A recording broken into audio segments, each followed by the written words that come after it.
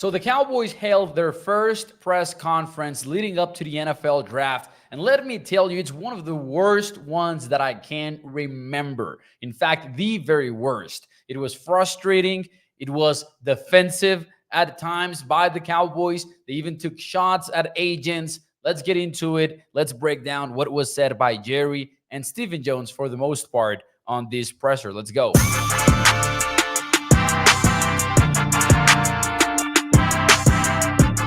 What is up, everyone, and welcome to Primetime. I'm your host, Mauricio Rodriguez. On Tuesday, the Cowboys held a press conference where there was Mike McCarthy, Jerry, and Steven talking about the state of the Cowboys. And even though the goal was probably to talk about the NFL draft because it is about to take place on Thursday, the conversation was different. It wasn't about who they were going to take at 24th overall. It wasn't about the team's needs. It was about the salary cap and it was about financials. And let me say, shout out to the reporters who were there because they seem to have a very good gauge as to what is on the minds of Cowboys fans, in the sense that I don't think a lot of people care a whole lot about the 24th overall pick right now. Obviously, to a degree, you do, which is why we've been talking about it nonstop over the last month or so. But at the end of the day, if you are talking about how the Cowboys Nation fan base feels right now, it is mostly confused about the way that they're running things because they have not signed other free agents. Basically, it's been linebacker Eric Kendricks and running back Royce Freeman talking about the outside free agents, and Freeman isn't even guaranteed to make the 53-man roster. The Cowboys have not extended Micah Parsons. They have not extended CeeDee Lamb, Dak Prescott, and Dak recently told the media that negotiations haven't even begun. So naturally, and the Cowboys additionally dead last in cash spent in the NFL in 2024. So shout out to the reporters for identifying that that's really where the frustration is at right now for this fan base, and to the point that it kind of lessens the worries about who they're going to take in the first round of the biggest event of the year in terms of the offseason, the NFL draft. So a lot was said, and I wanted to get into why it was such a weird and bad press conference, in my opinion. It all starts with the fact that they were defensive right from the get-go. Even though they claimed that they didn't want to be defensive, they went out there and tried to justify immediately their approach by claiming several things. And it got to the point where Jerry Jones even used the all-in framing that he offered back in January during the Senior Bowl and kind of gave it a twist, because he literally went out there and said, we are all in the young guys on this team. We are all in with this draft, and we are all in knowing that we have to go. I'm not exactly sure what that last part really meant, but he went out there and insisted on the all-in term, kind of like trolling and mocking the whole narrative, which, Jerry can be very funny at times, as frustrated as we are with the way that the team is run. But he tried to have some fun with it while also twisting the narrative and being like, yes, we are all in on the players that we have. We are all in this draft, which I'm not even sure what it means, honestly, because they're not going to trade up, duh. But anyways, the Cowboys went out there and immediately gave that defensive tone as to what they were doing. And Stephen Jones was talking about how Connor Williams had stepped up in the past, and the same for Connor McGovern, and the same for Jalen Tolbert, and how the same was going to happen for the Cowboys with this NFL draft in particular. Kind of trying to make it understood that they were expecting the same for somebody like TJ Voss and Brock Hoffman and Waletzko, among many other players. And who knows, maybe even somebody like Jalen Brooks.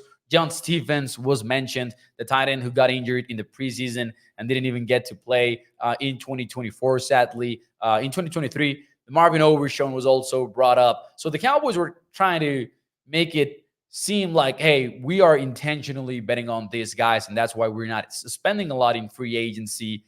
And it got to the point where Stephen Jones had a very odd comment to make, in my opinion. And I'm going to read you the exact quote. I cannot play you the clips right now, but Stephen Jones said, "The elephant in the room is our playoff success.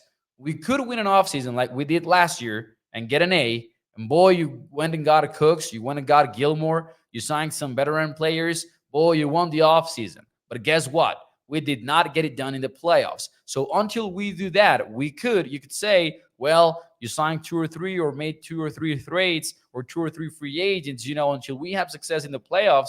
That's the biggest question that everybody is going to ask is, how are you going to get over that hurdle?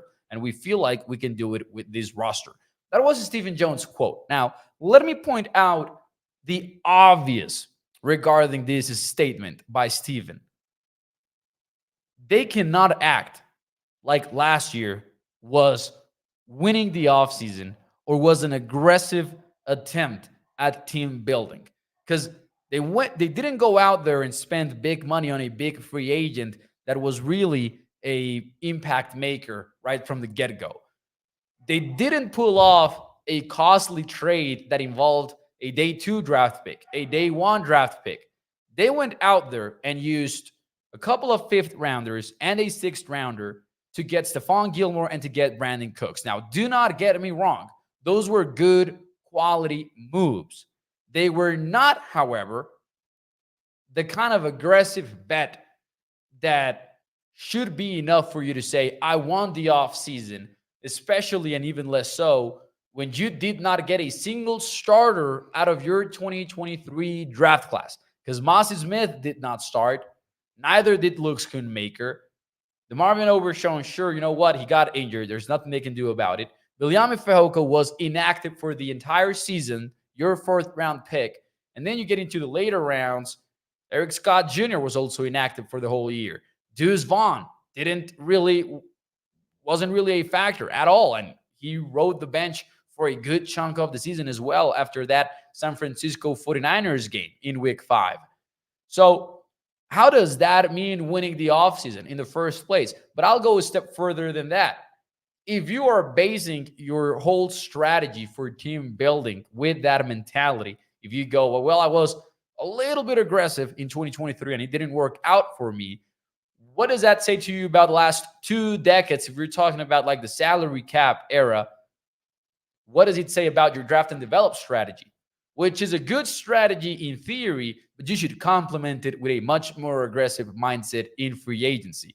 So if the lack of success last year represents that being aggressive, in your opinion, in free agency and in your team building approach does not yield playoff results, then why can't we apply the reverse logic and be like, what you've been doing for 2+ decades does not work and does not yield you playoff success, and you're still doing it because you have been this way for a long, long time. It might have taken a next step in 2024 because they're being ultra conservative. But hey, I think that's just food for thought. And let me know what you think in the comments. Do you agree or disagree with the way that the Cowboys build their NFL team? I'll be looking at those comments later on tonight. So make sure you chime in with your thoughts and hit the like button, by the way, if you enjoy the show. But another part of this frustrating press conference was Jerry Jones essentially discussing what was going on with Dak Prescott and CeeDee Lamb and Micah Parsons. Why had they not been signed yet? And his quote, and this might be a little bit of paraphrasing here, but John Machota summed it up like this: we would like to see more leaves fall. We would like to see more action.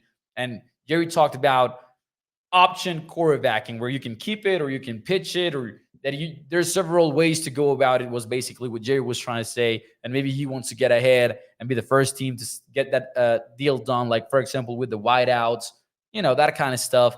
And he said, I want to see more cards played. And this was in response to getting a deal done earlier in order to yield to exploit that salary cap benefit that we've seen many successful NFL teams exploit, getting those deals done earlier to play around with the salary cap, which is something that the Cowboys have historically not done. They wait until the last moment and claim that, hey, deadlines make deals, right? So that was Jerry's explanation to it, which was also, again, very frustrating because their whole discourse today was based on the salary cap, and never was cash mentioned. Never was the fact that our teams is spending over $300 million in 2023. In 2024, when the salary cap is set at $255 million, was mentioned, because cash over cap is something that seems to be a taboo topic for the Cowboys organization, maybe because they don't understand it, or maybe because they just don't want to let fans into the secret that it's not all about the salary cap when they try to pretend that it is. And that part of it was also pretty frustrating. And Jerry also kind of said, what makes you believe that, hey, we're not working on the Dak deal? And Sat Joseph from The Athletic kind of confronted him on that and said, well, Dak actually told us last weekend that negotiations have not even begun. And this is where Jerry Jones took a little bit of a turn in that conversation. And he said that talks are not important, basically. And the exact quote was this: we should realize that talks do not necessarily act as are a barometer of whether or not you're close to a deal at all. As a matter of fact, it might be one of the least barometers, is what Jerry Jones told reporters. And listen, to Jerry's point, there might be something to that. It's true that if there's a number that decides to agree on and they've got a framework for a deal, things can go on a fast track and a deal could be done before you know it. So I'll give Jerry that credit. But also, Dak literally said the negotiations have not even started. And part of Jerry's quote and point was that sometimes agents get in the way because agents do not want Jerry talking to players by himself. That was an actual quote that he dropped, because most agents get mad as hell if I talk to the player, so you wouldn't even have the talks if they had their way about it. This is interesting because it was the second one of two shots that the Cowboys brass seemed to take against agents, because this was one, and then Stephen Jones earlier had said, you don't think that CeeDee's and Jamar's and Justin Jefferson's agents are talking to each other and trying to get that big number? They are, and it's a cat and mouse game. And so there was one shot, and then this was the second one from Jerry right here. Let's be honest with ourselves. Why should a player be talking about his contract alone with Jerry Jones, a renowned businessman, somebody that is a great salesman, talking to a player by himself? The player's job is to play. He's not supposed to know how to negotiate a multi-million contract. Of course, agents should not want to have their players talk by themselves to somebody who's as good as a salesman as Jerry is. That should be obvious. And the worst part of it is Jerry obviously knows it. So to be out there on a press conference, kind of like using that as a reason why these deals are not getting done, that felt very shady, in my opinion. Not a great look, in my opinion, for Jerry Jones. I think everyone would know how obvious it is that agents do not want that. So, man, I might have been leaving some stuff out, honestly, at this point, but I just don't understand if the Cowboys really feel that way about the salary cap, if they really think that they are fooling Cowboys fans into making it seem like it's all about the salary cap and it's not about cash. Because Jerry Jones literally, and again, I can quote this, he said it's not about the money, it's about the rules, meaning the salary cap, when in reality, it is absolutely about the money. Because if their whole argument is that because they paid Dak, they cannot pay other players, then do the Philadelphia Eagles have a different rule book or a different salary cap rule that they need to adhere to? Because they did pay Jalen Hurts on average more than Dak Prescott per year, and they're still a team that has spent over $300 million in 2024 when the Cowboys do not even get to $100 million this same year. Are the rules different? Is there something that we don't understand? Or in reality, is it that Jerry and the Cowboys just like to live by the rules of the salary cap, and maybe they're not trying to tell the whole story to fans because that would give the secrets away? It's been frustrating, man, but shout out to the reporters who try to get some answers. I don't think it's their fault that the Jones try to dance around those answers. And, man, rough press conference. I do recommend checking it out if you're a diehard Cowboys fan and want to see this directly, and try to get back to me here in the comments and let me know what your thoughts were on the whole situation. But until then, This will be it for me tonight. I'll see you tomorrow one last time before the NFL draft here on Primetime, and we'll share some draft predictions.